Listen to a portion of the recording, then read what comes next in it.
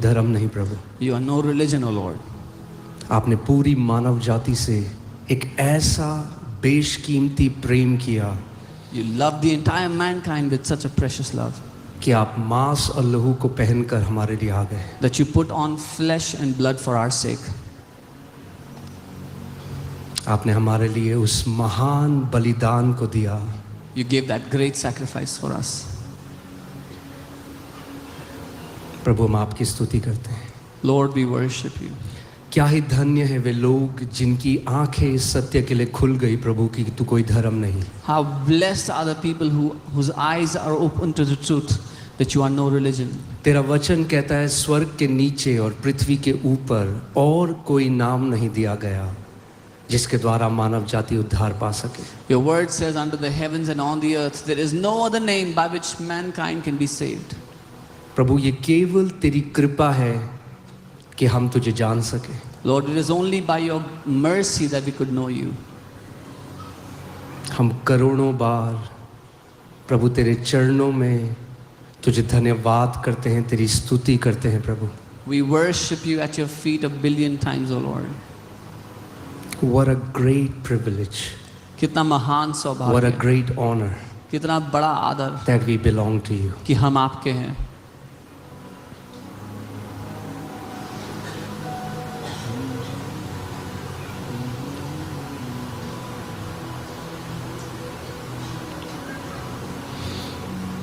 प्रभु आज के वचन में तू अपनी श्वास को फूंक Lord, breathe your breath into the word today. कि तेरा वचन आज हमें और सत्य की ओर ले जाए। That your word would lead us towards more truth.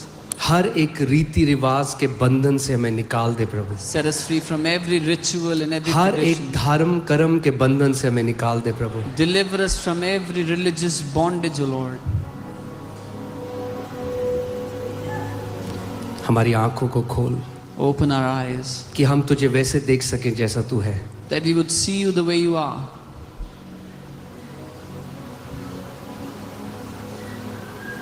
आज का वचन तेरे स्वर्ग के सिंहासन से उतरे। That this word today come down from your throne, O God. हमें सुनने वाले कान दे पवित्र आत्मा Holy Spirit, give us ears to hear और एक ऐसा हृदय जो तेरे रहस्यों को, तेरे गूढ़ की बातों को समझता है। and a heart that comprehends your mysteries, your secrets.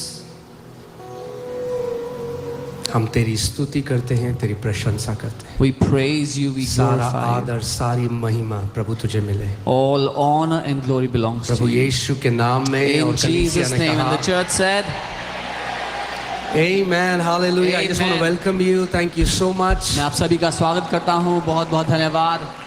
All our branch churches, सारे ब्रांच चर्चेस भी I want to welcome you. मैं आप सबका स्वागत करता हूँ। Amen. You can be seated. आमेन। आप बैठ सकते हैं। Love you too. Thank you so much.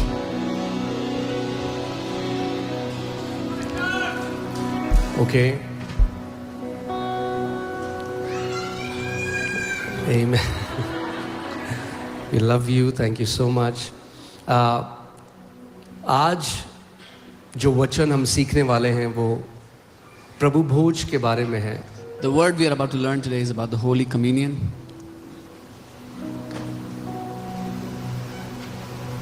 और बहुत सारे ऐसे विश्वासी हैं जो परमेश्वर की उस मेज में एक रीति रिवाज के तरीके से आते हैं।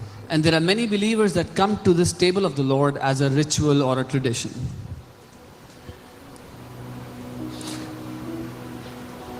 कुछ भी जब आप रीति रिवाज से करते हो तो उसमें कोई सामर्थ्य नहीं। When you do anything because of rituals, it has no power. It cannot transform your life. वो आपके जीवन को बदल नहीं सकता है। Anything done in the kingdom without the revelation is a dead tradition. राज्य में जो कुछ भी बिना प्रकाशन के किया गया वो एक मरा हुआ रीति रिवाज है। और इस बात को आपको समझना है कि यीशु मसीह रीति रिवाजों के सख्त विरोध में था। And this you have to know that Jesus was strictly against such traditions and rituals. और दुख की बात है उसी यीशु को जो रीति रिवाजों का विरोध करने आया जो धर्म का विरोध करने आया, हमने उसी के नाम से एक धर्म बना दिया. And the sad thing is, the same Jesus that came opposing the traditions of man and the religion of man, we have put that Jesus in traditions and a religion. We made a religion for him. हमने उसकी शिक्षाओं का फिर से एक रीति रिवाज, एक ट्रेडिशन बना दिया. We took his teachings and made a tradition out of that. अरे वो तो हमें हर धर्म से आजाद करने के लिए आया था. Oh, but he came to set us free from every religion.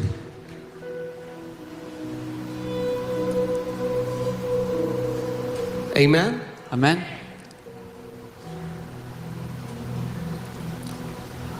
तैयार हो आप वचन के लिए? Are you ready for the word?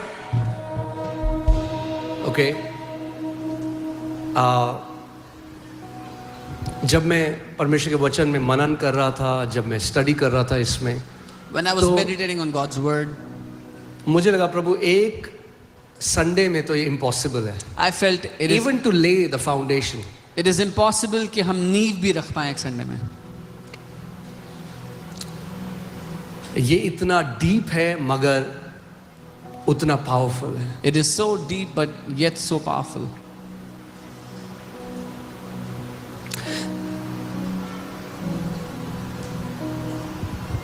जो भीड़ यीशु के पास आती थी, The crowds that came to Jesus, भीड़ की भीड़ उसके पीछे चलती थी, crowds upon crowds came to him.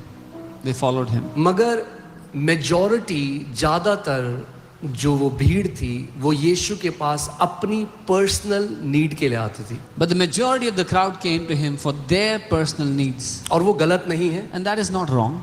Okay, Yeshu ने कभी किसी को तिरस्कार नहीं किया कि मेरे पास अपनी पर्सनल जरूरत लेकर मत आओ. Jesus never shunned people away or boycotted them that don't come to me with your personal needs. मगर अगर आप केवल यीशु के पास पर्सनल जरूरतों के लिए आओगे और बस वहीं पे खत्म कर दोगे, तो फिर हमसे ज्यादा अभागा और कोई नहीं. But if you come to Jesus just for your personal needs and end your relationship there, then there's no one more pitiable than us. Because you came so near to the fountain of life क्योंकि आप जीवन के सोते के इतना करीब आ गए and you went back without tasting the waters of eternal life. और बिना उस अनंत के जीवन के जल को चखे आप वापस गए. तो उस भीड़ में बहुत कम थे जो उसको जानना चाहते थे. आज बहुत कम है जो उस परमेश्वर की खोज में है, उसको जानना चाहते हैं वो कैसा है. So there were very few in that crowd that wanted to know him or how he is. मगर हमेशा इस बात को याद रखना कि परमेश्वर विश्वास योग्य है. वो थोड़े जो उसको जानना चाहते हैं उन्हीं के ऊपर वो अपने आप को प्रकट भी करता है. But always remember, God is faithful. He will reveal himself to those few that want to know him. हर कोई नहीं जानना चाहता उसको. Everyone doesn't want to know him. Majority लोग कहते हैं हमारी बस. कई लोग परमेश्वर को एक टोटके की तरह लेते हैं. Majority of people take God as a formula, as a quick fix. अच्छा वहां जाएंगे तो ये मिल जाएगा, बस हो गया हमारा काम. We'll go there, we'll get this, our job is done. नहीं, No. यीशु कोई बाबा नहीं है. Jesus is not a Baba. वो परमेश्वर है. He is God.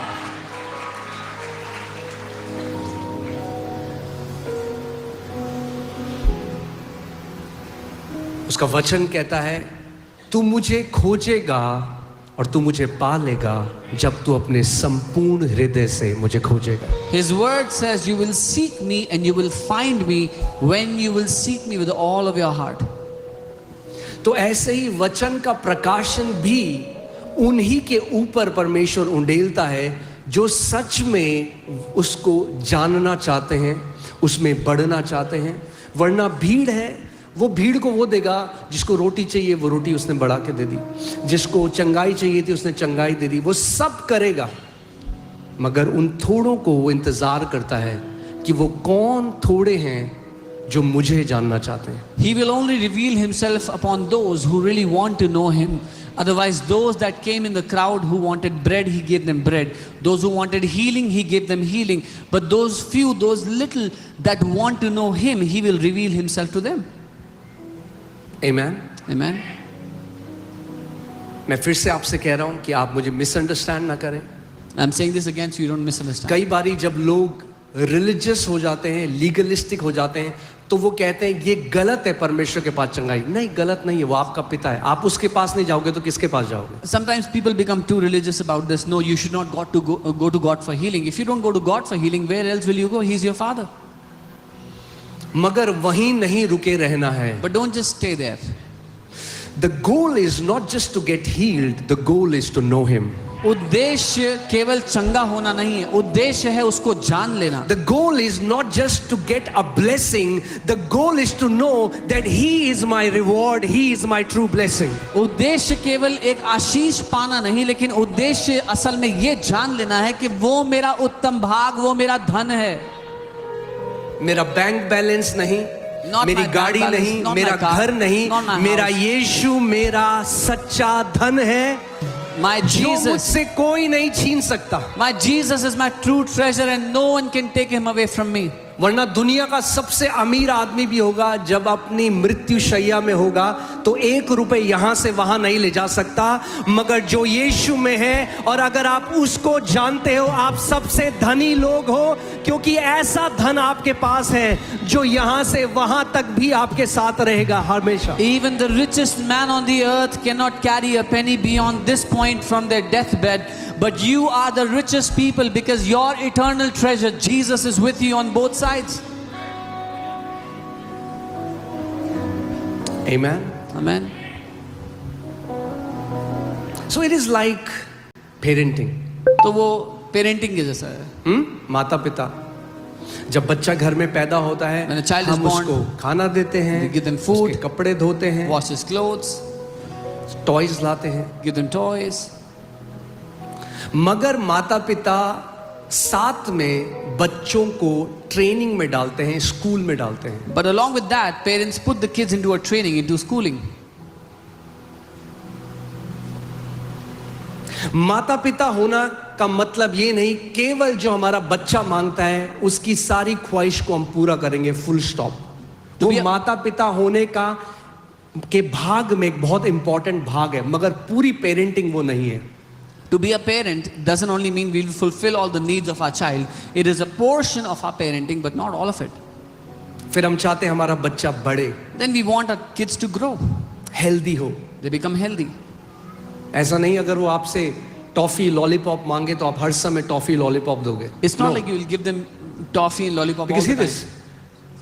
Yes, you want to see your kids happy, हाँ, हम अपने बच्चों को खुश देखना चाहते but हैं, more than you want to see your kids happy, you want to see them healthy. लेकिन खुश से ज्यादा आप उनको स्वस्थ देखना चाहते हैं। In the same way, your heavenly Father, yes, He wants to see you happy, but He also wants to see you spiritually healthy. ठीक वैसे ही आपका आत्मिक पिता भी आपको खुश देखना चाहता है, पर उससे ज्यादा वो आपको आत्मिक रूप से स्वस्थ देखना चाहता है। So while He heals you and He promotes you and He gives you a house and He blesses with your car, that is not just a relationship with Jesus. Then He puts you into a discipline. Then He puts you into a training so you are transformed in the image and likeness of His Son Jesus. तो जब वो आपको चंगा करता है, आपको उन्नति देता है, घर और गाड़ी और सारी आशीषें देता है, बात यही खत्म नहीं हो जाती। वो आपको एक अनुशासन में, एक ट्रेनिंग में डालता है, क्योंकि वो आपको बढ़ते हुए देखना चाहता है। Amen. Amen. क्योंकि याद रखना, जैसा जीवन आप यहां पे जियोगे ये निर्धारित करेगा अनंत में आप कैसा रहोगे। Because remember, the kind of life you will live on the earth will determine how your eternity will be.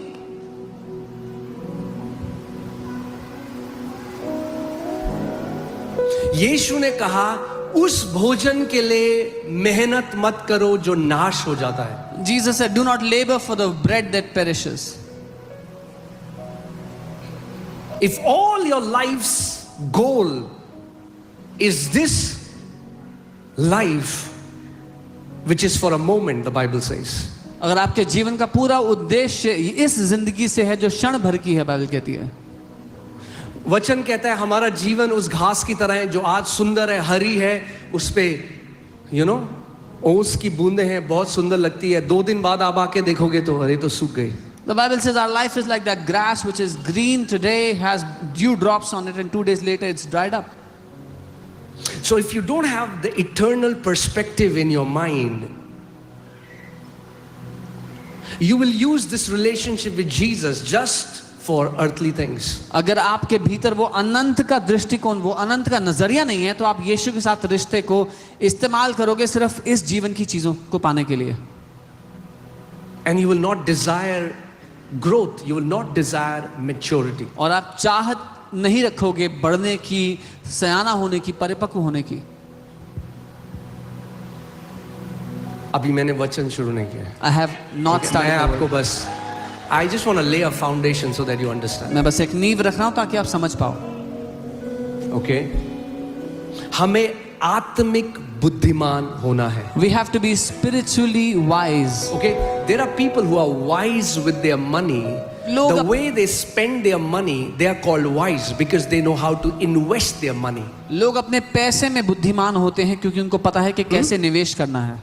जो लोग अपने पैसों का सही निवेश करते हैं आज, लोग उन्हें बुद्धिमान कहते हैं. People that invest their money well, others लोग call कहते them हैं, wise. अरे वो जब शेयर आया था नया, उसने वो शेयर मार्केट में देखो आज उसके पास, उसने प्लॉट, अगर हमने प्लॉट खरीद लिया होता 20 साल पहले, अब बोलते हैं हम लोग. Yeah. Oh, when that company came, this man bought the shares. He bought a plot 20 years ago. If we bought the plot 20 years ago, we say things like that. तो जो बुद्धिमान पैसे में है, वो उसका फल आगे लेते हैं. So he who is wise with money, they reap the fruit of it later. मगर आपको पता है, But you know- पैसे से भी ज्यादा कीमती समय है. More- क्योंकि पैसा आप वापस कमा सकते हो, जो समय बीत गया वो वापस आपके पास आने वाला नहीं है. और याद रखना, अनंत के दृष्टिकोण में सबसे बुद्धिमान स्त्री और पुरुष वो है जिसने अपना समय अपने सृष्टिकर्ता की सेवा करने में, अपने सृष्टिकर्ता के साथ बिताया. क्योंकि वो समय आपका व्यर्थ नहीं हुआ, वो बेस्ट इन्वेस्टमेंट था जो आपको रिटर्न अनंत तक देगा. But more wise than that man is the man or the woman that spends their time in the perspective of eternity, because that time spent with their Lord will reap them a harvest for all of eternity. जितने घंटे आपने वचन में बिताए, जितने घंटे आपने प्रार्थना की, आपने उपवास किया, आप यीशु के चरणों में बैठे, वो टाइम बेस्ट इन्वेस्टमेंट है आपके जीवन का. The hours you spent in prayer, in word, at the feet of Jesus, that is the best time of investment of your life.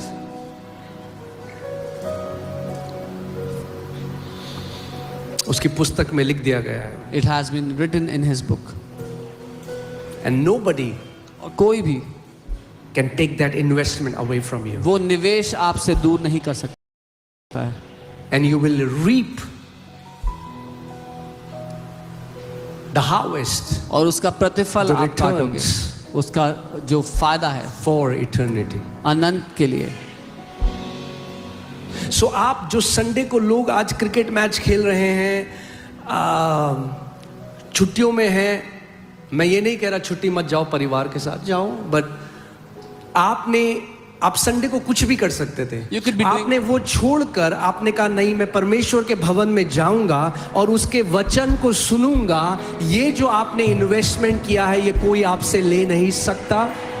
You could have been doing anything on the Sunday, yet you chose to be in the house of the Lord, receive his word, and no one can take away this investment from you. इसीलिए दाऊद जो एक राजा है, That's why David, who's a king, a king who has billions of dollars at his disposal, एक राजा जिसके पास खरबों dollars पड़े हैं, और वो कहता है and he says कि तेरे भवन में एक दिन बिताया हुआ बाहर बिताए हुए 1000 दिनों से ज्यादा उत्तम है. he says a day spent in your house is better than 1,000 spent elsewhere. That means almost 3 years, मतलब लगभग 3 साल. little less than 3 years. 3 से तो हल्का सोचो, जो 3 साल आपने बाहर किया बेस्ट, और एक दिन आप उसके भवन में आए, परमेश्वर का कैलकुलेटर कहता है कि एक दिन उसके भवन में 3 साल बाहर बिताए हुए से ज्यादा अच्छा है. So the 3 years you spent elsewhere doing whatever, and you spent one day in the house of the Lord, his calculator says this one day is way better than those 1,000 days elsewhere. Come on, think about that. That's God's perspective. ये परमेश्वर का दृष्टिकोण है. मगर अगर आप But if you her Sunday planted हो, are planted every Sunday, अब सोचो, Now imagine जो पूरी लाइफ में उन्होंने बाहर किया, what they did. आपने ऑलरेडी उस लाइफ से ज्यादा अचीव कर लिया. What they did all their already life. आपके अकाउंट में वो ऐड हो चुका है. You have accomplished much more. It has been added to your account. Okay, तो illumination or revelation is only given to those who desire it, who go after it, who seek it. प्रकाश या प्रकाशन उन्हीं को दिया जाता है जो उसकी चाहत रखते हैं, उसके खोजी होते हैं, उसके पीछे जाते हैं. This is my prayer ये मेरी प्रार्थना है that each one of you कि आप में से हर कोई will become mighty lovers of the word of God. परमेश्वर के वचन के दीवाने प्रेमी बन जाओ, महान प्रेमी बन जाओ.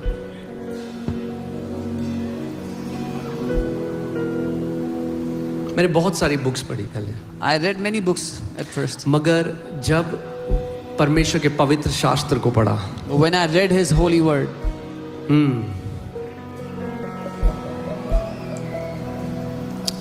वो जो भूख थी सदियों की, वो भूख मिट गई. that hunger of ages was gratified. वो जो was प्यास satisfied. थी सदियों की, वो प्यास मिट The गई. thirst of ages was satisfied. जब तक आंखों के आगे से आपका वो पर्दा नहीं हटेगा ना, तो आप सोचोगे ये ईसाइयों की किताब है. Until that veil is taken away from your eyes, you will think this is a Christian book or a book for Christians. वो पर्दा हटना जरूरी है. That veil has to be removed, taken away. आज एक प्रार्थना करो, Pray बोलो this प्रभु prayer. मेरी आंखों से उस पर्दे को हटा दे, Say, Lord, remove that veil from my eyes, कि मैं तेरे वचन को वैसा जान सकूं जैसा तेरा वचन है. that I may know your word the way your word is. Amen. शुरू करें वचन. Should we start the word? Let's go to Mark chapter 7 verses 13. मरकुस 7 उसके 13 में चलते हैं. Mark 7:13.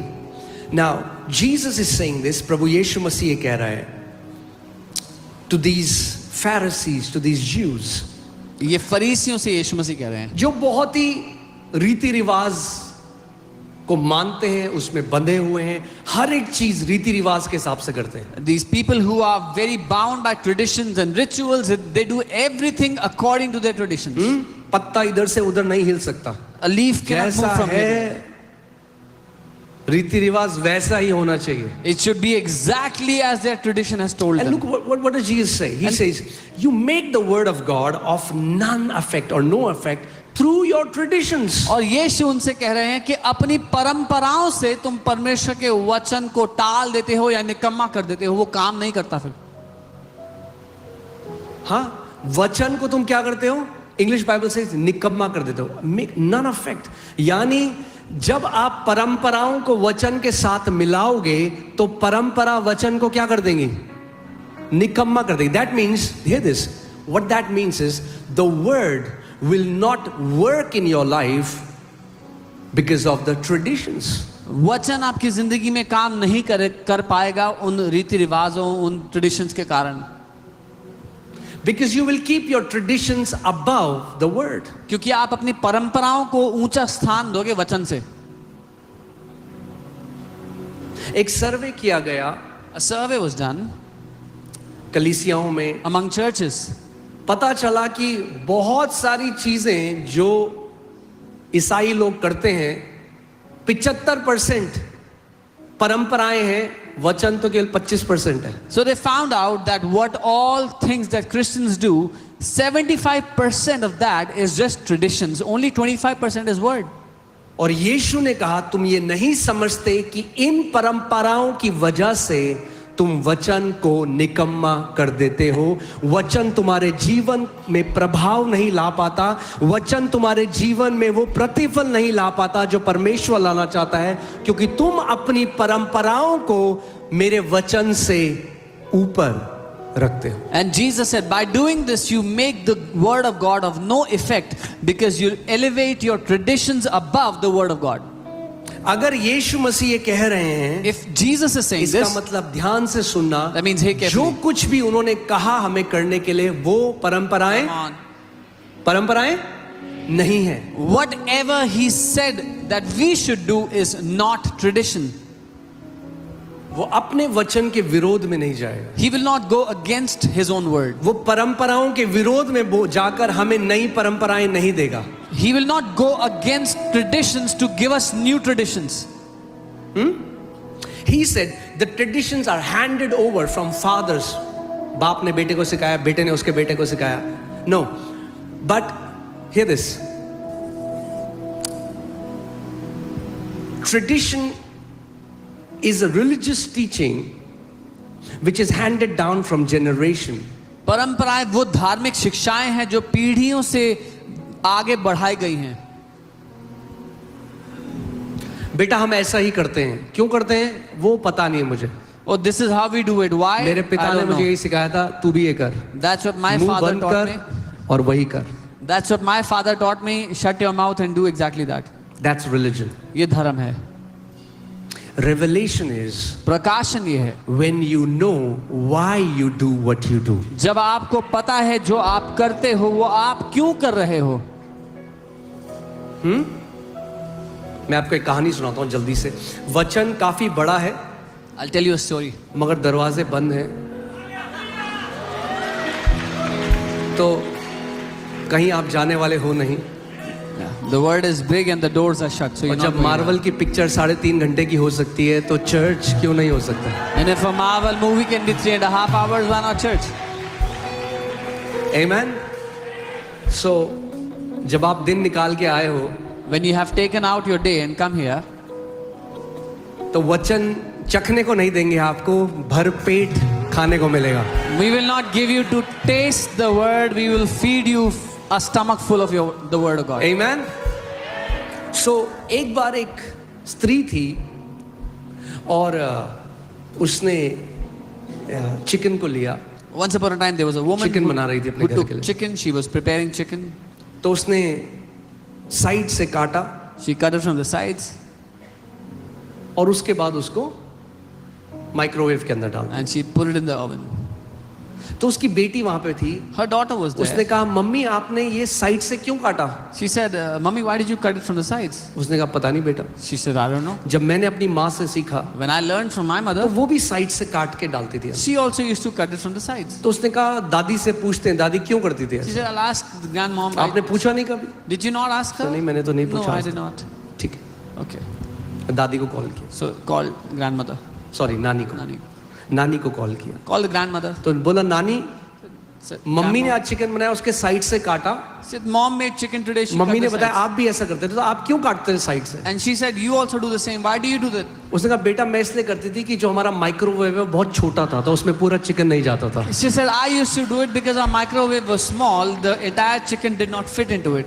मगर इनके पास जो माइक्रोवेव था वो बहुत बड़ा था, उसमें पूरा चिकन जा सकता था. But the microwave that they had was much bigger and the entire chicken could fit in."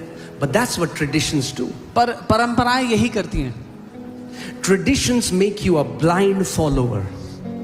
परंपराएं आपको एक अंध भक्त बना देती हैं. And अंधा भक्त Jesus said, हाँ ये अच्छा बोला. And Jesus said, जरूरत है परमेश्वर को आजादी देनी है इस देश में. और यीशु ने कहा, Jesus said, when a blind leads the blind, they both will fall into a ditch. यीशु ने कहा जब अंधा अंधों की अगुवाई करेगा तो दोनों गड्ढे में गिरेंगे जाके. But Jesus said, I am the light of the world. तो यीशु ने कहा मैं जगत की ज्योति हूँ. He who follows me will not walk in darkness anymore. वो जो मेरे पीछे चलेगा वो अंधकार में नहीं गिरेगा. Oh, we are, हम लोग अंधे ईसाई नहीं हैं. We are not blind believers. अरे अंधे छोड़ो, हम लोग ईसाइयत में नहीं हैं. We are not in Christianity. हम परमेश्वर के बेटे और बेटियां हैं We are sons and daughters of God जिन्होंने वचन के प्रकाशन को पाया है. who have obtained the revelation of His word. Amen. We aren't blindly following. हम अंधों की तरह पीछा नहीं कर रहे हैं. The truth has been revealed to us. सत्य हम पर प्रकट किया गया है, किया जा चुका है. Hallelujah. Amen.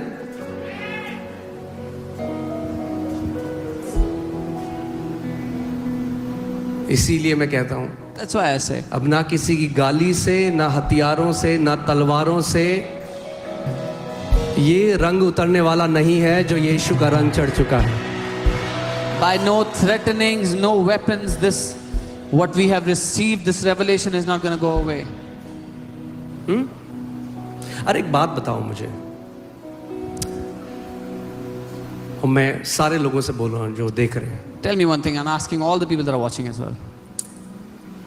अलग अलग लोग हैं इस देश में, अलग अलग संप्रदाय के अलग अलग लोग हैं। There are different people, different communities in our nation. किसी के गुरु प्रेमानंद जी हैं, Someone's guru is किसी Premanand. के गुरु राधा स्वामी हैं, Someone's guru is Radha Swami.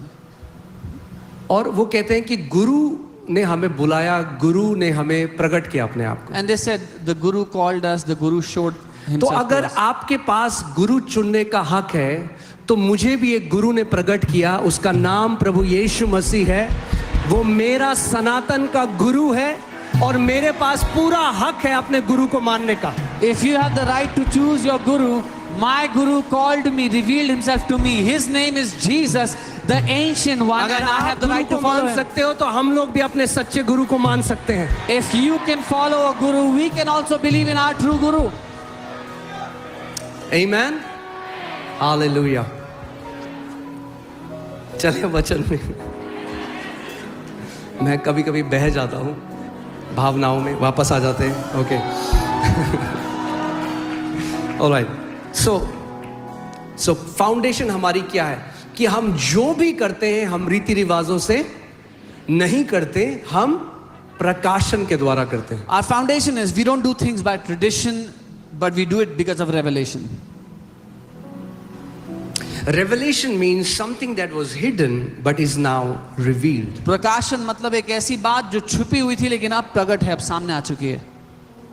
सो आज हम प्रभु भोज के बारे में सीखेंगे। Today we will learn about Holy Communion. कई लोग इसको नहीं समझते, वो कहते हैं ये क्या, ये ब्रेड और जूस जो ये देते हैं। Many people don't understand this. They say, what is this bread and juice? कई लोग उसको रीति रिवाज की तरह लेते हैं। Many people take it as a tradition. अलग अलग लोग बातें करते हैं। People say different things. कई लोग कहते हैं ये शराब पिलाते हैं। Some people say they give wine or देखो, alcohol. जब एक व्यक्ति बाहर होता है और उसको नहीं पता तो वो ऐसी ही बातें करता है। When someone is outside and they do not know, then that's how they will speak. That's what they will say. मगर आज की आपको आज के बाद डाउट ना हो कि प्रभु भोज क्या है, आज वचन आपके लिए है। But so that you don't doubt after today what is Holy Communion, the word today is for you. यीशु ने क्या कहा? What did कि Jesus say? तुम्हारे पुरखों से जो रीति रिवाज आ रहे हैं, उसने क्या किया? वचन को निकम्मा कर दिया। He said the traditions of your fathers have made the word of no effect. और फिर यीशु ने प्रभु भोज के बारे में हमें बताया, तो इससे हमें पता चलता है कि प्रभु भोज रीति रिवाज नहीं है। And then Jesus taught us about Holy Communion. That tells us Holy Communion is not a tradition. क्योंकि अगर आप रीति रिवाज की तरह ये करोगे, Because if you do this by tradition, it is dead. वो मरा हुआ है फिर, It has no power. उसमें कोई ताकत नहीं है फिर। Okay, let's go to 1 Corinthians 11. पहला कुरिन्थियों 11, We'll see verse 23 to 25. 23 से 25। Paulus प्रेरित, he got a revelation from the Lord. Paul the apostle, उनको एक प्रकाशन मिला प्रभु की ओर से। और वो कह रहे हैं, और आप जानते हैं, जो लोग नहीं जानते, जो लोग नए हैं, पौलुस वो व्यक्ति है जो यीशु पर विश्वास करने वालों को मारा करता था, उनको सताया करता था। So those of you who do not know, Paul was the man that used to kill believers, he used to persecute those who believe उसका in Jesus. मिशन था ये लाइफ का कि इन सबको मैं मार दूं, नफरत करता था। His life's mission was to kill and destroy those that believe in जब Jesus. तक प्रभु यीशु मसीह उसके सामने साक्षात प्रकट नहीं हुए और उसके मन को बदल दिया। Until the Lord Jesus manifested before him and changed his heart.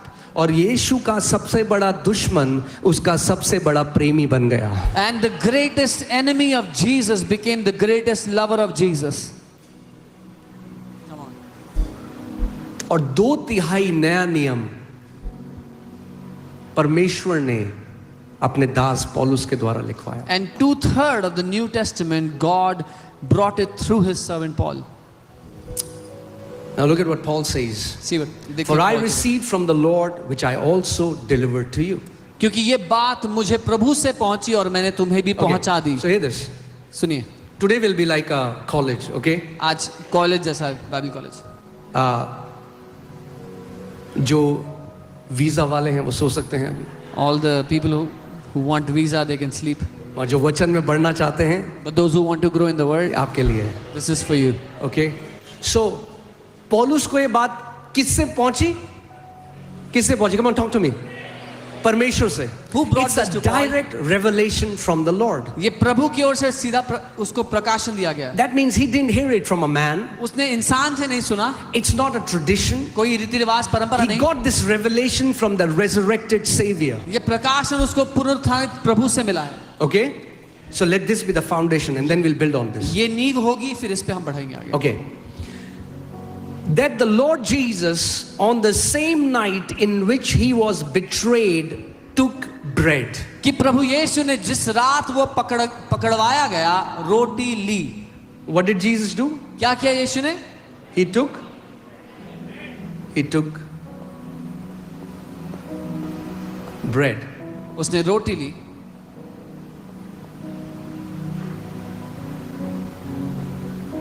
Okay.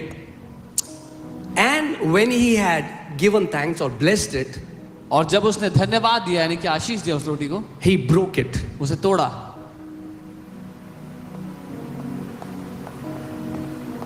उसने सबसे पहले क्या लिया? एक What did he first roti take? को लिया, He took a bread, और जब उसने रोटी को परमेश्वर को धन्यवाद दिया, उस रोटी को क्या किया? तोड़ा। ये बहुत ध्यान से सुनने वाली बात है, यहां पे ध्यान देना। उसने उस रोटी को क्या किया? उसने उसको तोड़ दिया। and when he gave thanks for it, he broke that bread. और जब रोटी को तोड़ दिया उसके बाद When he broke the bread, then he said, उसने कहा, take and eat. लो और खाओ। ओके? यीशु ने क्या किया? रोटी को लिया, He took bread, उसको तोड़ा, he broke the bread, उसके बाद अपने चेलों को देके बोला, इसको रिसीव करो, लो, ग्रहण करो और खाओ। gave it to his disciples, said, take, receive and eat. And said, और कहा, take, eat, this is my body which is broken for you. ये मेरी देह है जो तुम्हारे लिए तोड़ी गई है। So bread क्या है? Body. वो रोटी उसकी देह है। बॉडी को क्या किया गया? Which is broken. शरीर जिसको तोड़ा गया। क्लियर है अभी तक? All मैं बहुत हल्के हल्के करके आपको सिखा रहा हूं कि आपको सीखने को मिले। I'll teach you slowly so you can learn. So Jesus took the bread, यीशु ने रोटी को लिया, he broke it, उसको तोड़ा, he gave it to his disciples. चेलों को दिया, He said, take, कहा लो, eat. खाओ। This is my body ये मेरी देह है which is broken for you. जो तुम्हारे लिए तोड़ी गई है। Okay? Do this in remembrance of me. So Jesus is saying, when you do that, remember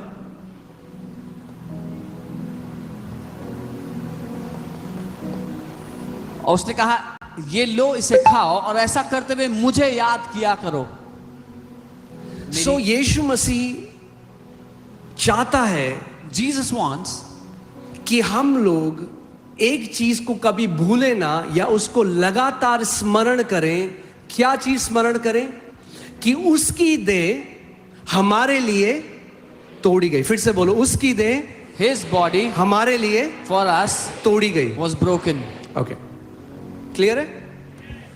alright. In the same manner, he also took the cup after supper, saying, this cup is the new covenant in my blood.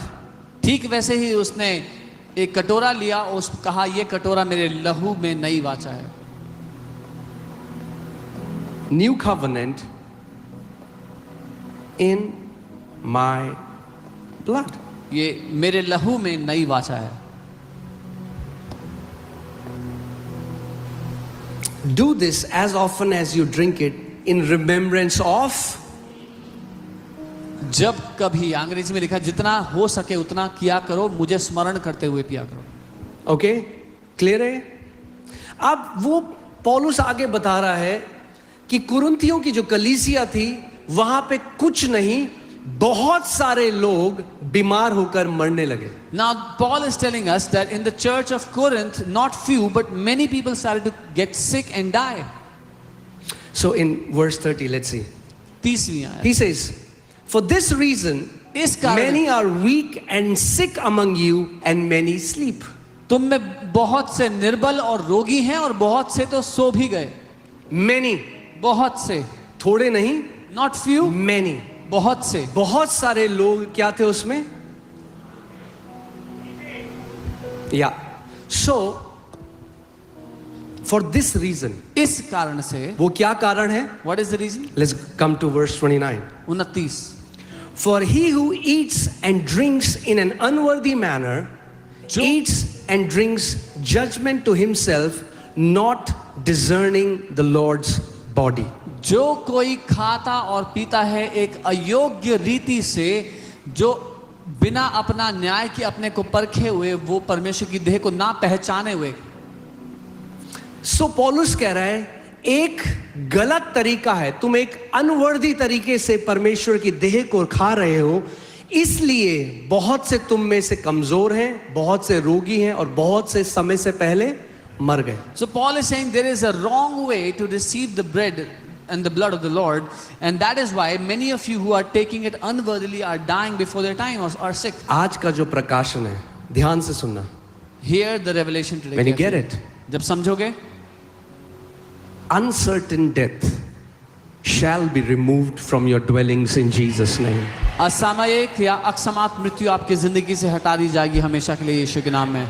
जब तक अपनी दौड़ को पूरा ना कर लो, मृत्यु के पास यह अधिकार नहीं कि आपको समय से पहले ले जाए. Until you have fulfilled your race, death will not have authority to take you away before your मगर time. कुरिन्थ की कलीसिया में बहुत सारे लोग मर रहे हैं समय से पहले. But in the Corinthian church, many people were dying before time. और पौलुस कह रहा है उसका कारण ये है कि उन्होंने जो परमेश्वर की देह है उसको डिजर्न नहीं किया. And Paul is saying the reason for that to happen is because they did not discern the body of the Lord. Okay, let me say it like this.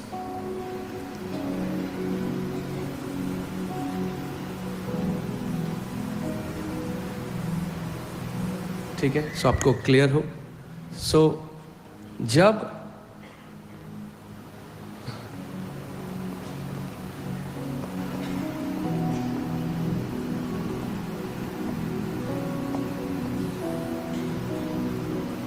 उन्होंने देह को क्या किया, जब वो रोटी को खा रहे हैं उसको नहीं पहचाना. क्या नहीं पहचाना कि वो क्या है, वो किसकी देह है? यीशु की, जो हमारे लिए क्या है, तोड़ी गई है. When they were taking that bread, they did not discern that this is the body of Jesus, body of the Lord that was broken for us.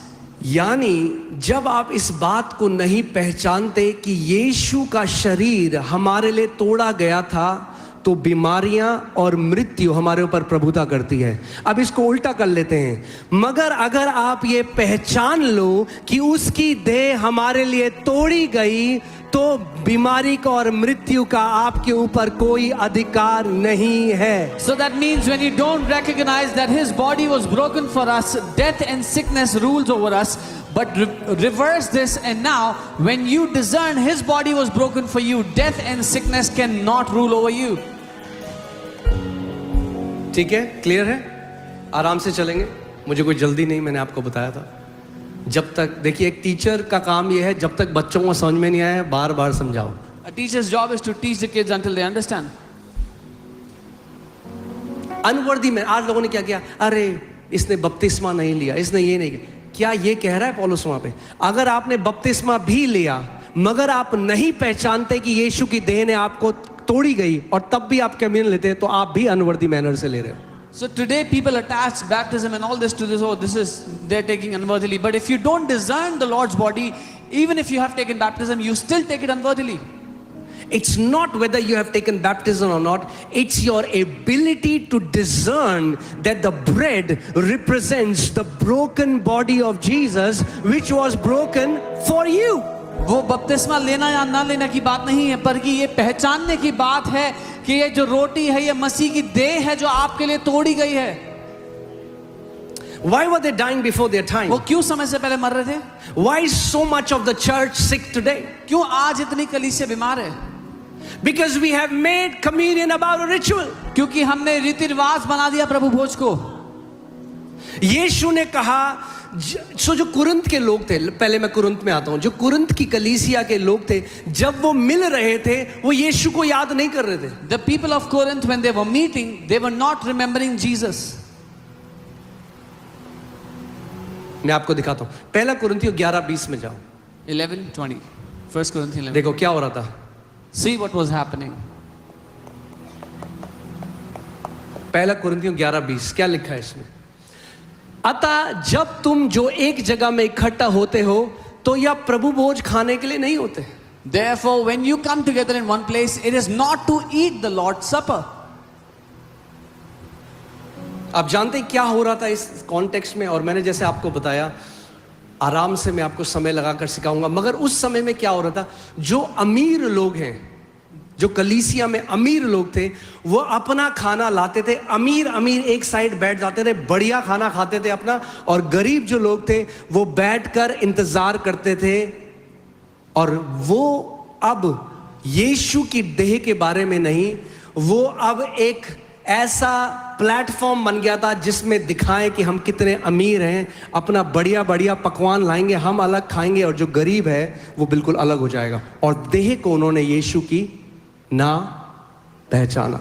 Those that were rich, they would bring their own food and have a lavish meal, while those that were poor, they will sit hungry and not have anything to eat, because these people made it a platform to show their wealth.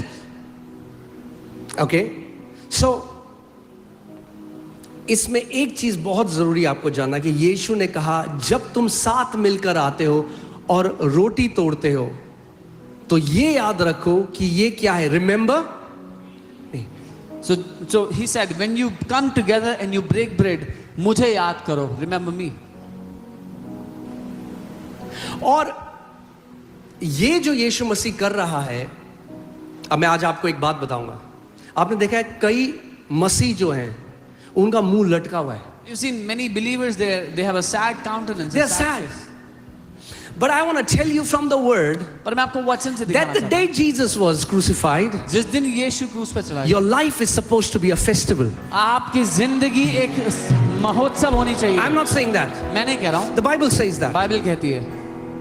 Do you know that Jesus is fulfilling the Passover feast? और जानते हैं यीशु वो फसह की भोज को पूरा कर रहा है। पुराने नियम में 7 पर्व थे, या फीस्ट ऑफ द लॉर्ड उन्हें कहा जाता है। In the old covenant there were 7 feasts of the Lord. और वो कब शुरू हुए? When did they start? जब वो मेमना बलिदान हुआ पुराने नियम में, तो परमेश्वर के लोगों के लिए एक पर्व शुरू हो चुका है। When that lamb was slain in the old covenant, a celebration had started for the people of God. It's called Passover feast. उसको फसह का पर्व कहा गया है। 7 फीस्ट हैं। There were 7 feasts. 7 का मतलब है कंप्लीटनेस। 7 means complete. बाइबल में जो 7 नंबर है वो कंप्लीटनेस को दर्शाती है। यानी जिस दिन, अच्छा चलो पहले एक स्क्रिप्चर में चलते हैं, ठीक है? पहला कुरिन्थियों 5:7 से 8। 1 Corinthians 5:7-8. कुछ समझ में आ रहा है? जिसको समझ में नहीं आ रहा हालेलुया बोलो। ओके ठीक है, कोई बात नहीं, दोबारा करेंगे, इसमें कोई शर्म नहीं है।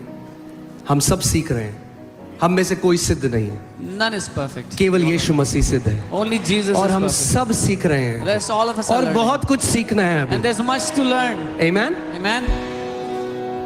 सो पहला कुरिन्थियों 5:7 से 8 में लिखा है, मैं आपको लास्ट में बता रहा हूं, For indeed Christ our Passover was sacrificed. क्योंकि मसीह जो हमारा फसह का मेमना है वो बलिदान हुआ। Okay. So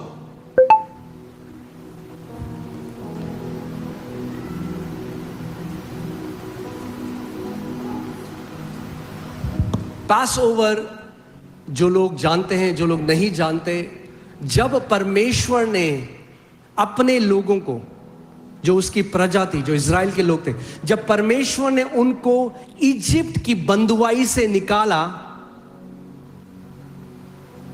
और उनको एक मेमना बलिदान करना था और उसका लहू उन्होंने अपने दरवाजे में लगाया, तो जो मृत्यु थी, द डेथ पैस्ड ओवर, जो मृत्यु थी वो उनके ऊपर प्रभाव न डाल सकी, मगर मृत्यु उस मेमने की वजह से क्या हुआ? The death passed over.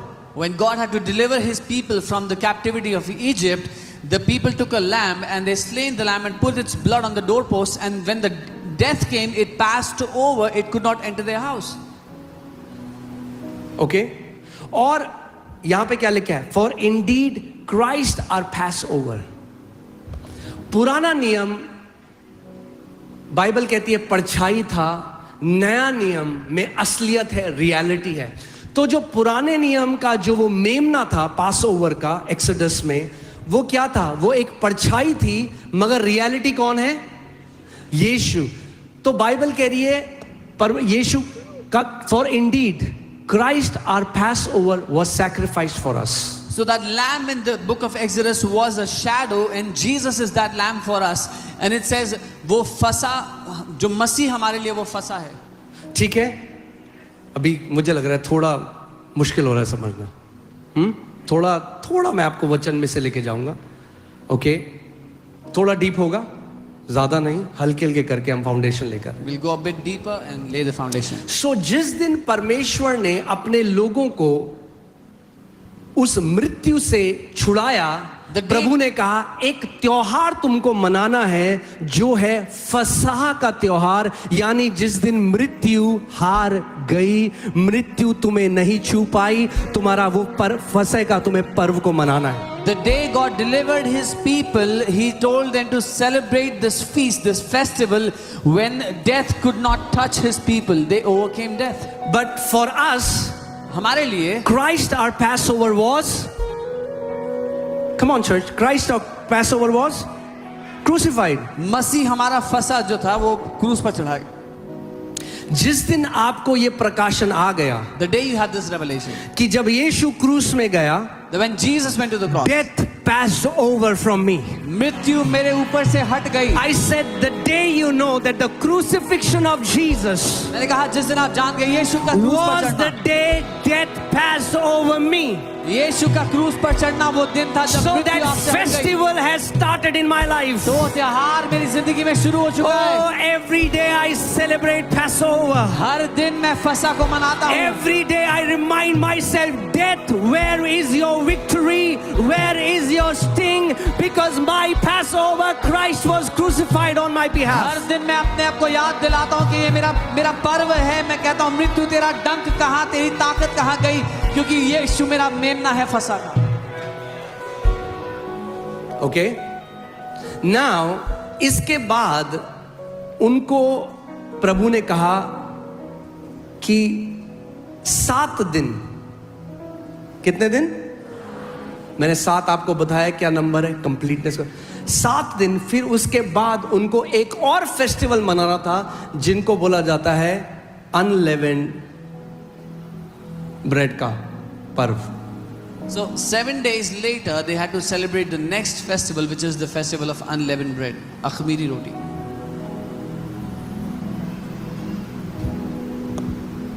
Okay? Verse 8. 8वीं आयत.